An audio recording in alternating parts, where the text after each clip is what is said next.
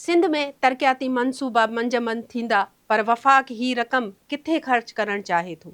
पाकिस्तान जे ईंदड़ माली साल जे बजट में जेकॾहिं सिंध जा तरक़ियाती वसीला महदूद कया वञनि त उन जा कहिड़ा असर पवंदा। पर सभ खां पहिरीं इहो ॼाणणु ज़रूरी आहे त आख़िर वफ़ाक़ सूबनि खां ही क़ुर्बानी छो घुरी रही आहे ऐं ही इज़ाफ़ी रक़म किथे ख़र्च करणु चाहे थो।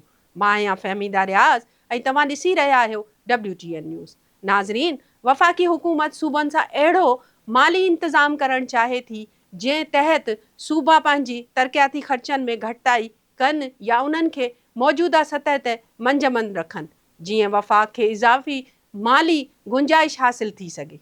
उन जो हिकु वॾो सबबु दिफ़ाई ख़र्चनि में इम्कानी वाध आहे। हुकूमत ईंदड़ माली साल दौरान लॻभॻि 3000 अरब रुपया दिफ़ा ते ख़र्च करणु चाहे थी। हुकूमत जो मौक़िफ़ आहे त ख़िते में वधंदड़ छिकताण ऐं सिक्योरिटी ख़दशनि सबबि दिफ़ाई ज़रूरत में वाध अणसण बणिजी चुकी आहे। इन खां सवाइ दयामर भाषा डैम, महमद डैम ऐं दासू डैम जहिड़नि वॾा आबी मनसूबनि लाइ बि इज़ाफ़ी फंडनि जी ज़रूरत आहे। हुकूमत जो चवणु आहे त इहे मनसूबा मुस्तक़बिल में पाणी ऐं तवानाई जे बहिरान खे मुंहुं ॾियण में अहम किरदारु अदा कंदा। ॿिए पासे हुकूमत पघारदार तबिके खे कुझु टैक्स रिलीफ ॾियण ते बि गौर करे रही आहे, जंहिं लाइ वधीक माली वसीलनि जी ज़रूरत पवंदी।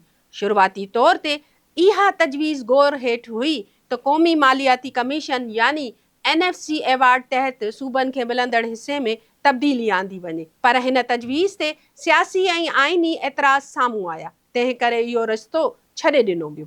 हाणे मुतबादल तौरु वफ़ाक़ ऐं सूबा ॿई पंहिंजे तरक़ियाती ख़र्चनि में घटिताई ते गौर करे रहिया आहिनि। इन ई सिलसिले में वफ़ाक़ी तरक़ियाती प्रोग्राम जो काथो लॻभॻि 1.126 खरब रुपयनि मां घटिताए 1 खरब रुपयनि ताईं आंदो पियो वञे, जॾहिं त सूबनि खे बि पंहिंजे तरक़ियाती बजट महदूद रखण लाइ चयो वियो आहे। इतलान मूजिबि पंजाब, सिंध ऐं ख़ैबर पख्तूनख्वा मनसूबे जो हिसो बणिजी सघनि था।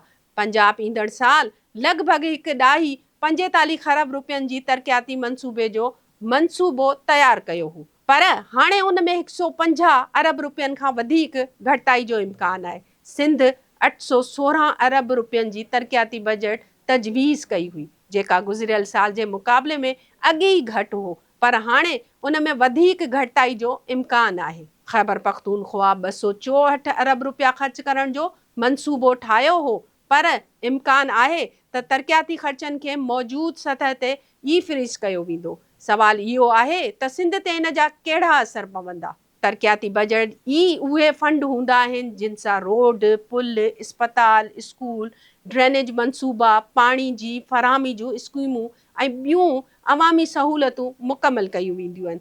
जेकॾहिं तरक़ियाती ख़र्च घटाया विया त केतिरा ई मनसूबनि जी रफ़्तार सुस्त थी सघे थी, नयूं स्कीमूं मुलतवी थी सघनि थियूं ऐं जारी मनसूबनि जी मुकमल थियण में वधीक वक़्तु लॻी सघे थो। तंहिं हूंदे बि हिन सॼी सूरत हाल में सिंध लाइ हिकु मस्बत ख़बर बि साम्हूं आई आहे।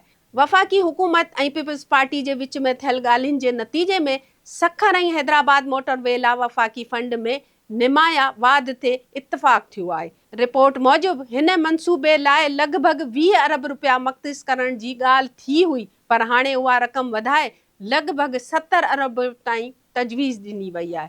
पर हाणे उहा रक़म वधाए लॻभॻि 70 अरब रुपयनि ताईं ख़र्च करण जी तजवीज़ ॾिनी वई आहे। मुख़्तसर तौर ते सिंध NFC तहत पंहिंजो आइनी हिसो न त विञाए रही आहे, पर वफ़ाक़ी माली ज़रूरतनि सबबि खेसि पंहिंजे तरक़ियाती ख़र्चनि खे महदूद करणो पइजी सघे थो, जंहिं जा असर सूबे में जारी ऐं मुस्तक़बिल जे तरक़ियाती मनसूबनि ते पइजी सघनि था।